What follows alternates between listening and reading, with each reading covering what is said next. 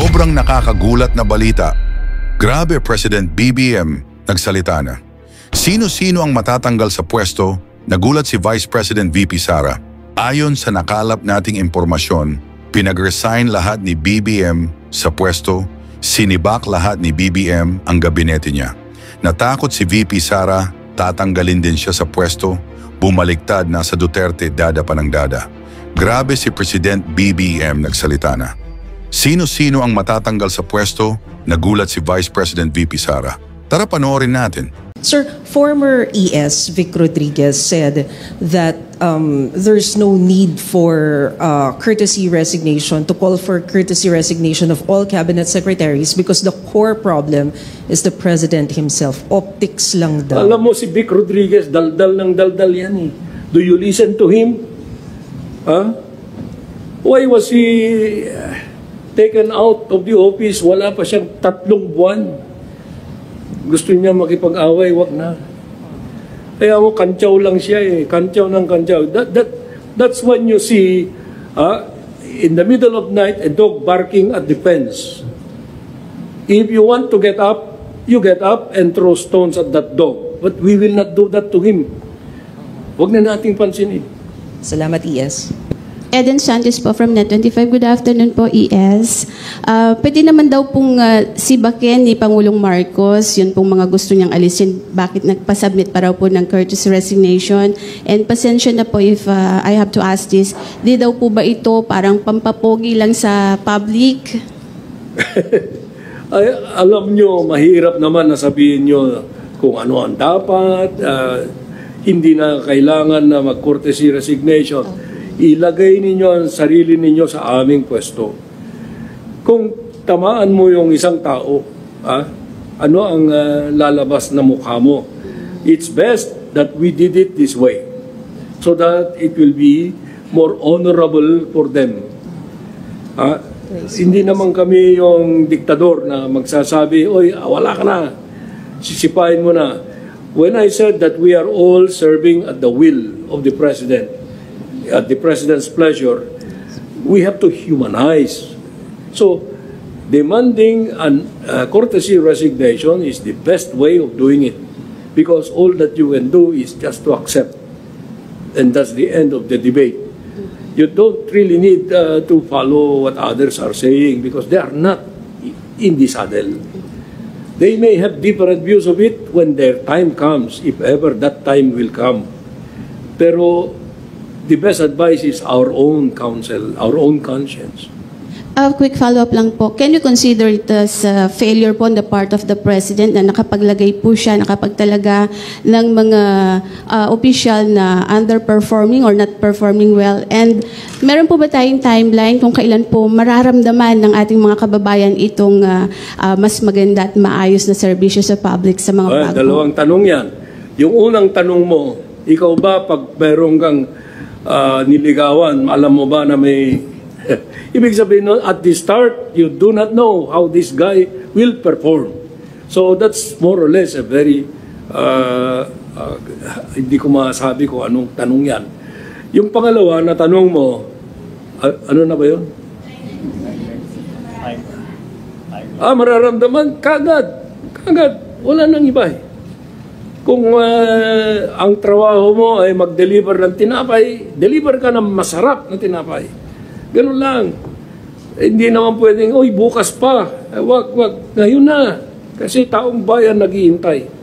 Next question, Tristan Nadalo, Newswatch. Hi sir, good afternoon po. Sir, based dito sa initial na results nung evaluation po, no, baka lang may perception yung tao, walang bagong pumalit or parang new breed na dinagdag. Are we expecting the President na may mga idadagdag siya talagang wala doon sa initial na list, sir? Yes, alam mo, mahirap natin i-prejudge yung actions that will be taken. But you can be sure that the President really wants to be responsive to the popular clamor for performance, for change. Alam nyo, one time, recently lang, sinabi niya na we seem not to be delivering to the common tao because they are the greater number of our people. So what must we do? We must have action men. So you can be sure that that is the direction that this, I'm not calling this a purge, it's a cleansing. Dahil gusto ni Presidente talaga, mahal niya ang taong bayan eh. If you listen to him very carefully, his language were not measured, they were spontaneous tungkol sa sentiment niya na it's time to serve again, to show the people that we are serving them. Yun, standard. Just a follow-up na lang po. Yung action man, sir, ibig sabihin may mga bagong papasok na wala doon sa original list ng...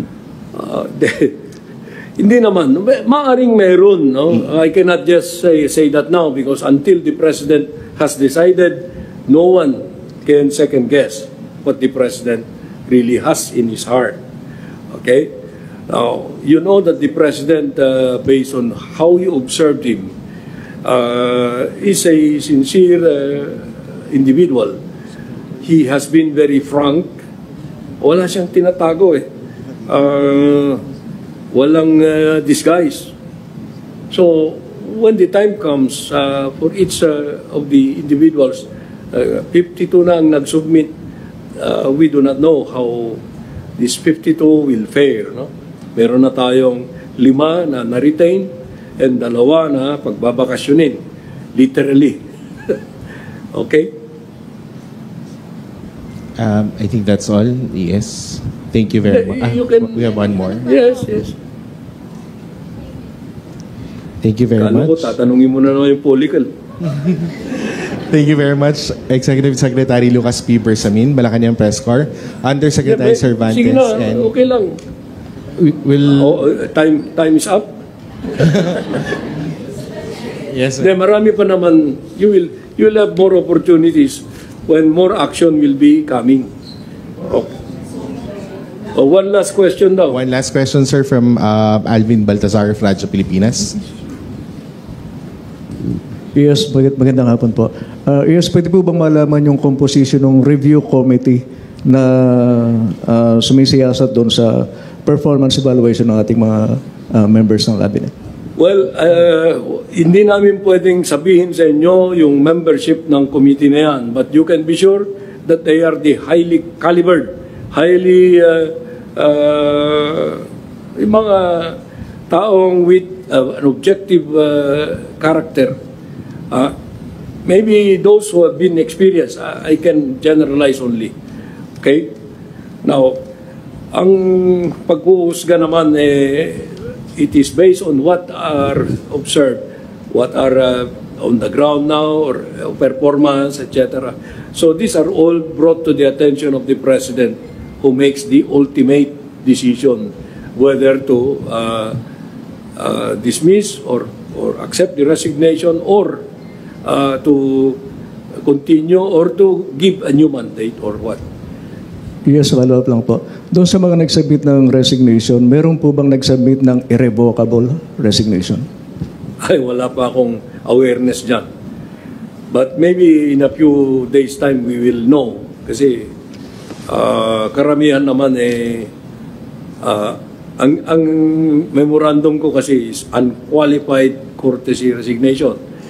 When I submitted my own courtesy resignation letter, I did not use the word unqualified anymore, but I just made it plain that if the President deems to accept this resignation, I am already ready to turn over the pending matters in my office to my successor. Now, tandaan ninyo ito, ang acceptance of a resignation does not then and there cut off your connection because you still continue to have a responsibility to turn over to your successor. Okay? Hindi natin pwedeng pabayaan yan na pagtatalikod sa ating sinumpaang salaysay yan. Ay, sinumpaang salaysay. Yung oath of office natin, kung bigla na lang natin iiwanan yung trabaho, in an office like this, malalaki yan. So, iiwanan mo, bahala na yung sumunod sa'yo. Hindi. So, ganun ang tingin natin dyan. Let the process proceed. Salamat po. Thank you. Sir, magandang hapon po. Sir, who will replace Secretary Popo Lotilla in DOE? Will there be changes in OSG? And what's the target of the President? How soon will be the evaluation, the result of the evaluation? Just wait. Yeah. DOE will in the meanwhile be in the hands of an acting secretary, you know. One of the undersecretaries, si former Congresswoman Sharon Garin. Any of the undersecretaries could have been chosen to become the OIC, but I think okay. I was corrected. OIC, not acting secretary, no? Kasi ibang kategorya yun. OIC, very effective naman sila. Secretary Lotilla himself suggested that any of his undersecretaries right now could stand in as OIC. Sir, how soon is the what's the target of the President, the timetable for evaluation? Well, si Presidente, narinig nyo siya, immediate. But you know, humanly possible na evaluation is one at a time. Hindi mo pwedeng i-lump sum yung mga cabinet secretaries because each has a different area of responsibility. Each has a burden that is different from the other, from the next one. If you will give me the liberty of saying, yung pag-evaluate, you must also be careful. Hindi ka pwedeng arbitrary dyan. You know that the President loves us all.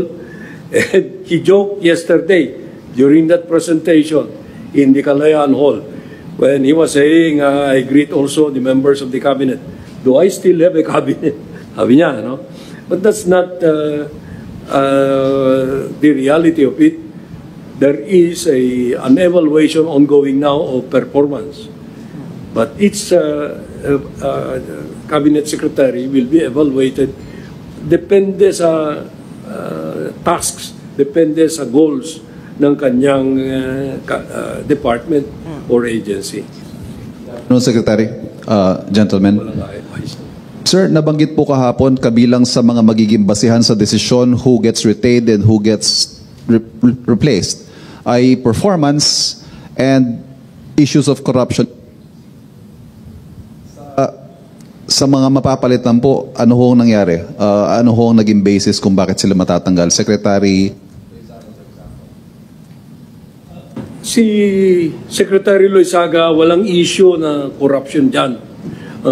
Maybe there is just a perception, I don't know how fair or unfair that perception is, na mas ma-limit siya sa labas ng bansa. Yun ang recurring na pinapadating sa amin. Ngunit wag na natin siyang husgahan, no? Whether inefficiency yan o hindi, that's not up for us to do. But the evaluation showed that it was time to have her rest muna. So nag-underperform nga po? Underperform siguro ang tawag dyan. Oo. Kasi kung may expectations ang presidente and you do not perform, ang messaging is underperformance is not going to be allowed. Oo.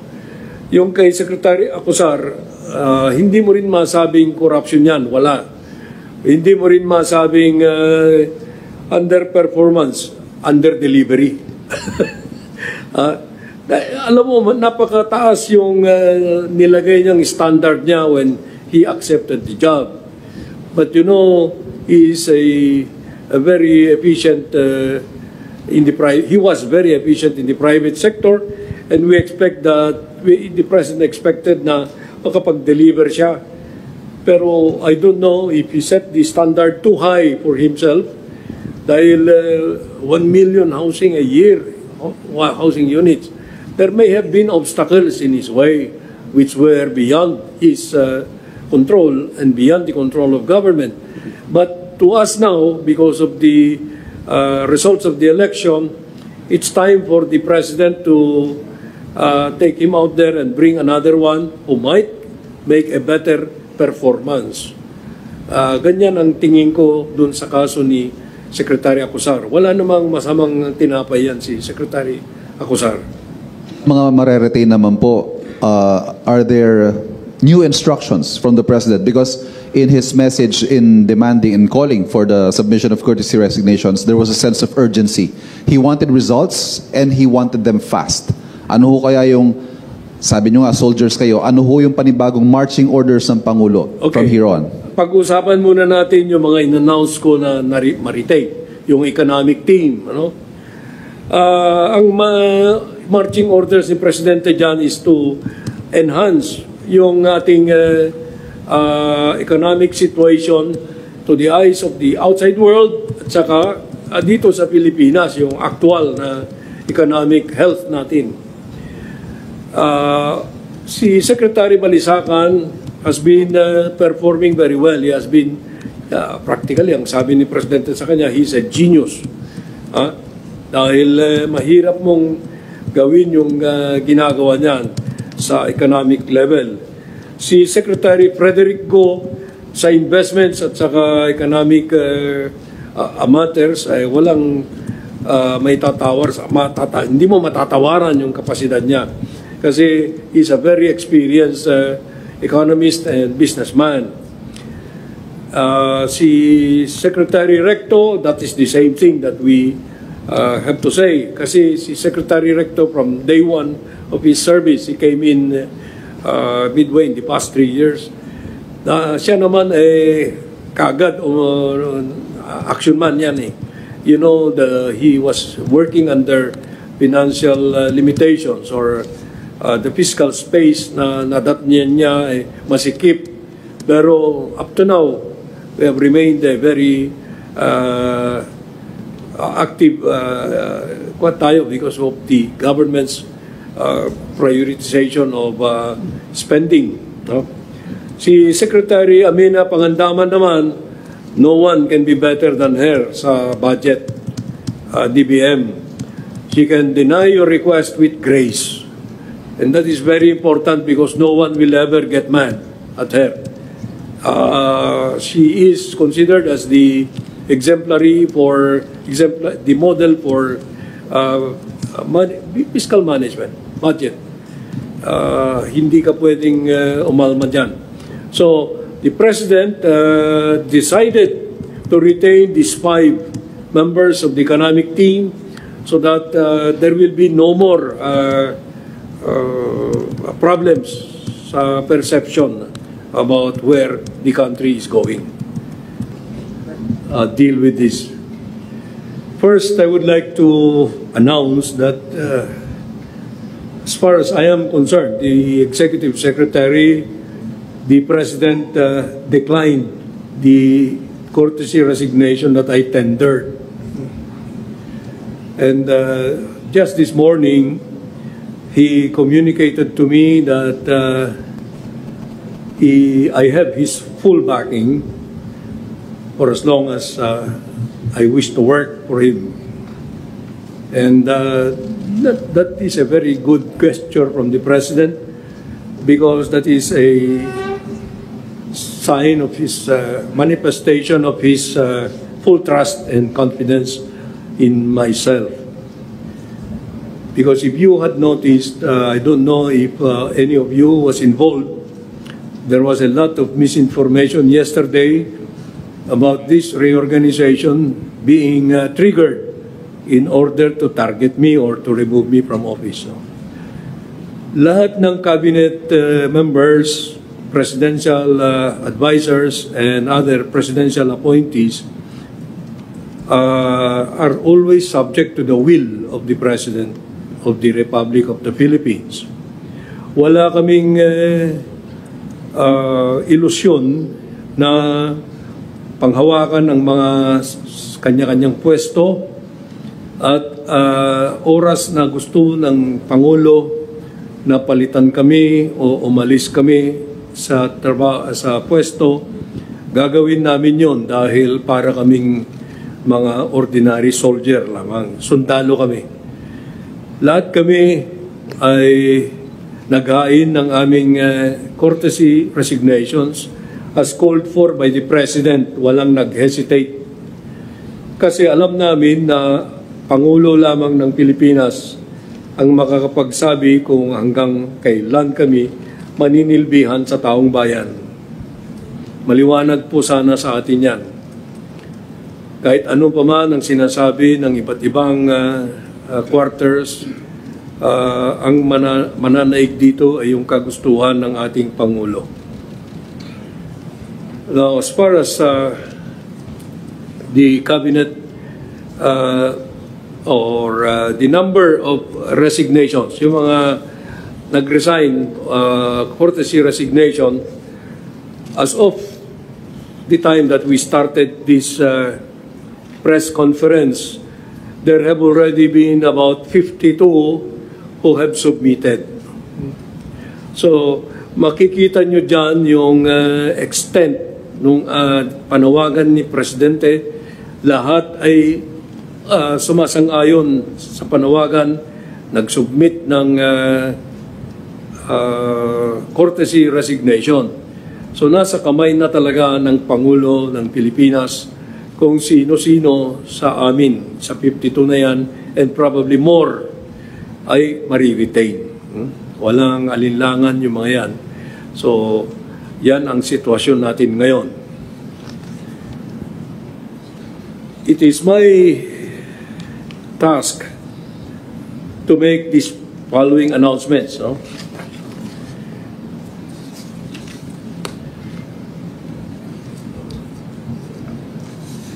Because of the importance, dahil sa kahalagahan ng economic team sa buhay ng ating bansa, yan po ang unang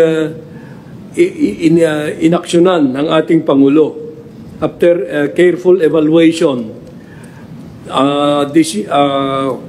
the President decided to retain the following members of the Cabinet. Take note. Una, ang ating DTI Secretary Maria Cristina A.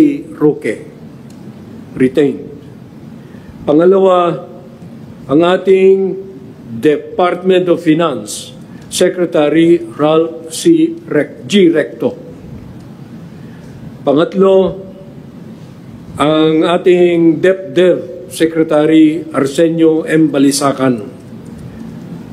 Pang-apat, ang ating DBM Secretary Amena F. Pangandaman. At ang panlima, ang ating SAPEA Secretary Frederick Go. Itong lima na ito ay magpapatuloy sa kanilang panunungkulan, paninilbihan sa ating taong bayan, at makakaasa kayo na sila naman ay sincero o dedicated sa kanilang sinumpaang katungkulan. Now, yung mga ibang aksyon sa courtesy resignations ng ibang cabinet secretaries, in the coming days, magkakaroon ng more careful evaluation. Ang urgent kasi itong economic team. We will make the announcements as the decisions are made. Now, next week, maybe after Wednesday, there will be more announcements to be made. Doon sa foreign affairs, no? Ang ating permanent representative sa United Nations, si Ambassador Antonio M. Lagdameo, has earlier signified his desire to retire after many decades of service to the country as an ambassador. Siya po ang nakaupo ngayon sa permanent representative sa United Nations. Yung kanyang retirement mangyayari effective July 31, 2025. Now, nararapat lamang na pangunahan natin yan at i-announce na ang papalit sa kanya sa United Nations ay ating magaling na DFA Secretary Enrique A. Manalo. Ganyan kahalaga yung position na yan. Yung position na yan ay napakataas sa pagtingin ng ating Pangulo. Kaya si Secretary Manalo mismo ang ilalagay natin dyan, nakapalit ni Ambassador Antonio Lagdameo, effective August 1. Ang papalit naman kay Secretary Manalo ay isa ring very capable na diplomat na napag-retire na sa regular service pero naninilbihan ngayon na Undersecretary ng DFA. Ito si former Ambassador Tess Lazaro. Siya po ang hawak ng Department of Foreign Affairs effective July 31, 2025 pagka na-appoint na si Secretary Manalo. Okay. Ang kahalagahan ng assignment sa United Nations, unawain natin, ay nandyan dahil tayo ay nangangampanya na magiging non-permanent member ng UN Security Council sa 27 to 28, 2027 to 2028. Okay. Nakakatense. Alam niyo, ganitong mga announcement, very critical, crucial sa atin. Mga subjects nito, kagaya ko, ay magkakasama kami ng matagal. No? Mahirap mong ma-overlook yung mga ganyan. Dito sa cabinet, mayroon ba? Tinanggap ng mayroon pa ba? Okay. Sa ngayon, maari ko lang i-announce ang dalawa. Dahil under evaluation pa yung karamihan. Yung mga mariretain, suspense muna. Yung mga mariretain, marami sa kanila alam na nila na mariretain sila. At kayo naman ay meron kayong haka-haka tungkol kung sino sila. Pero pabayaan ko muna kayo dyan. Sa bagay na yan, dyan kayo marunong. Pero sa ngayong hapon, gusto ko lang na sabihin ang dalawa na pagbabago. Sa DENR, ang ipapalit doon ay si DOE Secretary Popo Rafael Lutilla. Aalisin natin siya, ililipat natin siya sa DENR. Si Secretary Loizaga naman ay magpapahinga muna at maaaring mabibigyan din siya ng isang or ibang responsableng government or cabinet position at a future time. Pero magpapahinga muna siya. Sa yung pangalawa, sino kaya yon? Okay, yung pangalawa ay si DSUD, Secretary Jose Rizalino Acosar. Pero siya ay gagawing Presidential Advisor for Pasig River Development or Improvement. I do not know the proper name for that, with the rank of Secretary. And we have, the President has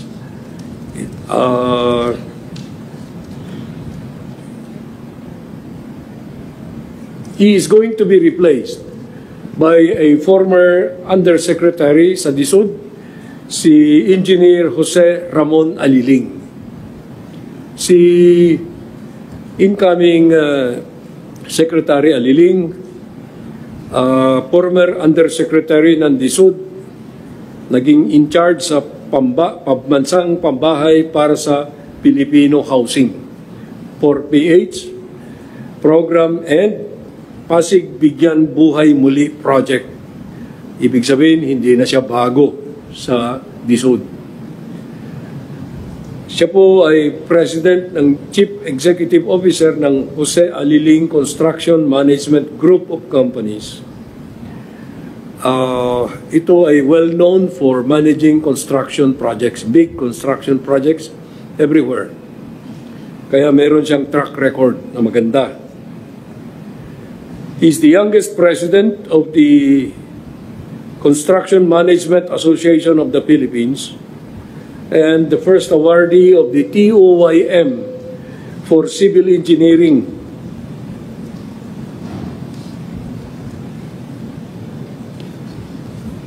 Okay. By the way, for material background, si Popo Lutilla, Secretary Popo Lutilla, ay napakahusay yan, no? Tahimik na magtrabaho, but siya po ay kilalang lawyer, legal luminary, who finished his legal education, basic legal education sa UP. Then he went on to Michigan Law School for masteral studies. He has been around in government for 2 decades. If you remember, mga bata pa kayo, pero siguro mayroon sa inyo mga nakakaalala na siya at certain administrations, siya po ay pinagkakatiwalaan na ng malalaking responsibilidad.